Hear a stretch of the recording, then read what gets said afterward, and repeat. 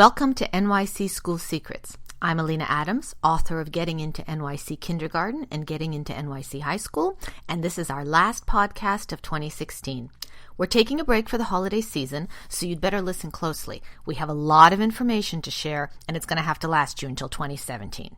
First up, 2 bits of school food news. A state investigative report revealed that over 30% of NYC public school cafeterias, that's like 300 cafeterias, would have received a C grade or lower if they were ranked the way city restaurants are. We're talking roaches, flies, and mice droppings. The worst offenders were PS 192, IS 211, and Roosevelt High in Brooklyn, Intech Academy in the Bronx, PS 16 on Staten Island, PS 214 and PS 147 in Queens, and PS 33 in Chelsea, Manhattan. Yeah, that's right, Chelsea, home of NYC's best restaurants. When my son was begging me for money so he could eat lunch outside of school, he told me, "Even the free lunch kids don't eat school lunch, Mom." Maybe this is why? On a related note, students at NYC's Food and Finance High School have no kitchens. Manhattan's only public culinary academy has such poor gas supply that its kitchens are unusable. So the 430 enrolled kids are just learning theory, no hands-on practice. It's something for the 70,000 8th graders who just turned in their high school applications last week to consider. Don't blindly believe what's written about a school in the directory. Make sure you visit for yourself and get the real story. Public high school admissions is now closed until second round in the spring, but Hunter College High School's test is still coming up on January 13th. Make sure you check out our podcast episode number 26, which offers prep tips from a dad who's also a tutor. January is also when the Department of Ed will be testing kids for entry into public kindergarten gifted programs.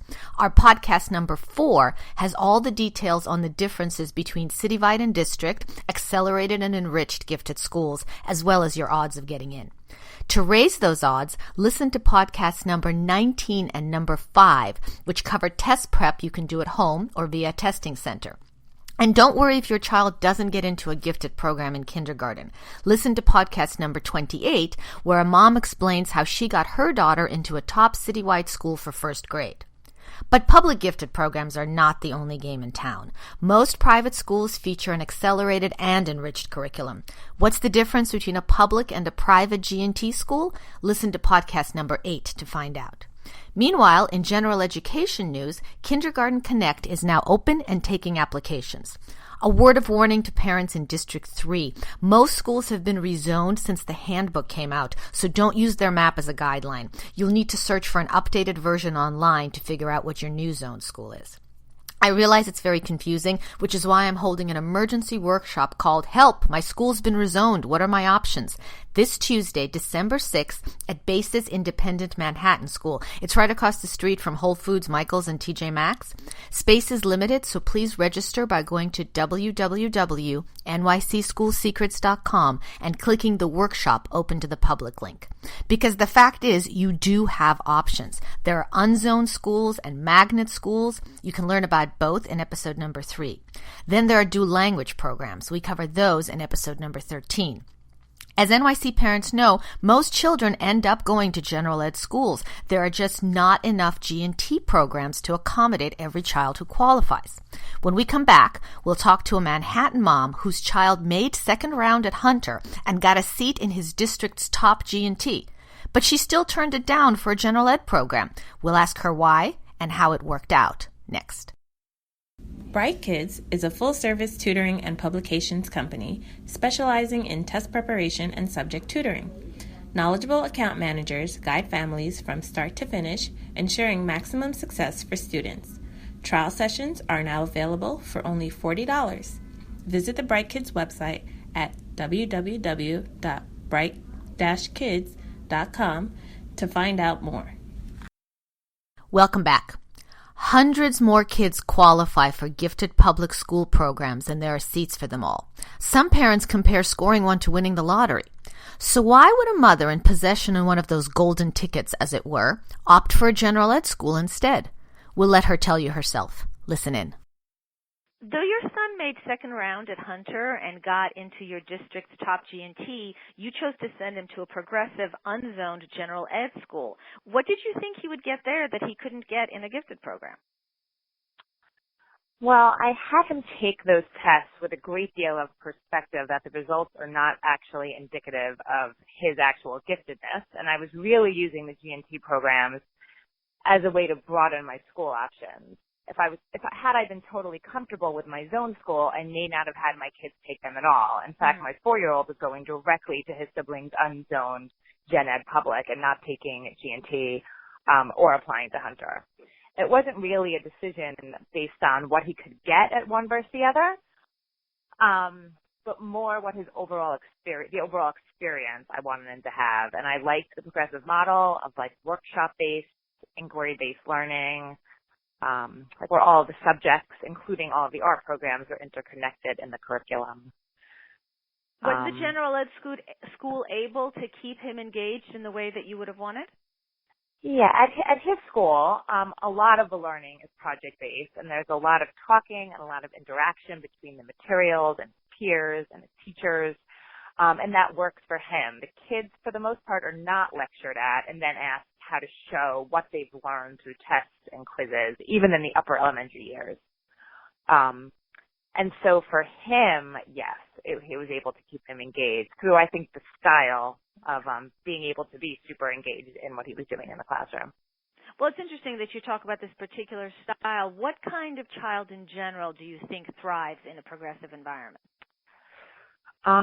In the lower elementary years, personally, I think that any child can thrive in any environment. As long as it's nurturing and supportive of the individual child, which I think most zoned and unzoned elementary schools are, regardless of their overall philosophy, I think they could thrive. Mm-hmm. But as a kid gets older, I think they need to be somewhat, not entirely, but somewhat self-motivated and an active and engaged learner in order to really thrive when they get older. There's so much group work and project-based learning, and a lot of the day is spent discussing and talking and proving and debating and all the subjects, that if you have a child who doesn't want to engage in that way, they might have trouble getting the most out of it. You made a distinction. This isn't to say you can't be shy. That's very different. Teachers do really well at being able to pull all kids into the work at whatever level and role they're comfortable in the classroom environment. But the other thing I just want to say about this progressive is that in a DOE, in a Department of Ed public schools are not really entirely progressive. They need to follow the DOE curriculum, standards, and the state test schedule. This would be, I think, a different conversation if we were talking about a private progressive school. There might be a different answer to that question. Now, it's interesting when you say they're not completely progressive. So in what way would you say a public school is not completely progressive in a way that a private school would be? Well, the state tests for one. I think in my particular unzoned progressive school, they do not put a big emphasis on test prep. They do, if the tests are in April, I would say from February break until April break, they do a lot of prep in terms of how to take a test, and they do prepare the kids. But I think if it was a real, true progressive environment, they wouldn't take the state test at all. That would not be on their radar. That's not how they teach. That's not how they want kids to learn. That's not how they want kids to express the learning. And teachers don't have as much say in what and how they're doing and what they're doing. I think in a real classically progressive school, it's much more child-led in terms of curriculum. Sometimes there's a little more leeway in what direction the teachers go in, and it's just a fact that that can't happen in the Department of Ed. But it's more stylistic, I think, than you made a distinction that makes it more progressive. Between the early years and later years. Now, you chose to leave your child at the middle school at the progressive school as well. Do you find that middle school in a progressive environment is different than elementary school was? Yes, definitely. Again, I can only speak for my particular school, but it definitely, in a city like New York, it has the responsibility to prepare the kids for a high school environment. Again, it would be different if you were talking about a K through 12 private progressive school that didn't have that responsibility. Do you think they did a good job preparing him for high school admissions? Yes. Definitely for high school admissions, and also for, I think, being the transition to high school. Mm-hmm. I think it's a transition to high school is a transition no matter where you go to middle school. And so no matter what school you're coming from, that high school transition will be a tough one in some ways and a different one. But I think that the work level has amped up, the responsibility, the homework level, but still they were able to keep true to kind of their style in the classroom and what they were asking the kids and how they were asking the kids to give them information. And do you think there was a particular benefit to him staying in the same school from kindergarten through 8th grade? Yes. I think that it was the best move that we did. I think K through 8, there's something special about the K through 8 experience. There's something special about the same for the most part, large group of kids being together from K through 8. Middle school is tricky. Middle school is tough. And there's enough going on in the pre-adolescent years that I think if you have the option to stay where you are and have your kids go through all of that in an environment where they're known and they're comfortable, it's a huge benefit. But unzoned schools do take kids at the middle school level as well. There's kids who started at kindergarten. Yes. So let me ask you this. What's the middle process? School, it depends on the size. Our middle school is smaller than our elementary school, so kids leave. So kids leave, and that leaves maybe 10 spots open a year for new kids to come in. So there's certainly, there's some new kids, which is great also.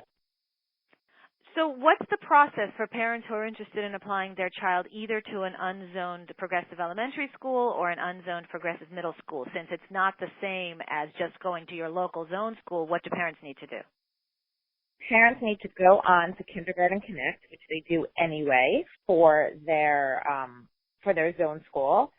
And if you live within district, it should come up on the list of possible schools that you are eligible for. Now, do they need to rank the school first since so many parents want this particular school? There's obviously many more applicants to an unzoned school that there might be to a zoned one. Strategy-wise, do they need to rank the school first? I would say for Kindergarten Connect, and I think you should do your own research on this because I'm not sure, but yes. Okay. I think that they get probably 800 or so applications for maybe 70 spots because there's siblings that come back. Sometimes it's even less than 70, so yes. And for middle school, even though it's unzoned, there are no zoned middle schools in New York City, so it's the same exact process for every other middle school you would apply to in your district. And I would go to the open houses and go on the tours and find out where the school is that year in terms of where you need to rank it. There are years that they will only interview people that put it first, because for 10 spots, they can't interview 500 people that might put it first or second. But other years, they will interview for for spots 1 and 2. So I would just inquire at that particular middle school at their open house or a fair or a tour and find out for sure. Thank you so much. We really appreciate you taking the time to share your experience. You're welcome. Good luck, everybody. So there you have it. Progressive General Ed worked for this family. Might it work for yours? To learn more about exactly what progressive education is and how it compares to traditional, listen to our podcast episode number 10. And to hear what your preschool should be doing right now to prepare your child for kindergarten of any kind, check out episode number 11.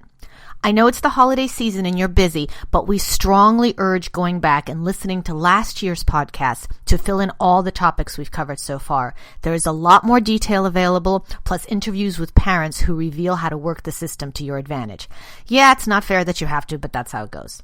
This is Alina Adams, author of Getting into NYC Kindergarten and Getting into NYC High School.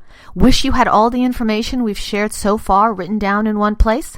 Check out both books on Amazon and barnesandnoble.com. And make sure you sign up for our mailing list via our website, www.nycschoolsecrets.com. Plus, like and share this podcast with everyone it could help. We'll see you in 2017. Have a great holiday.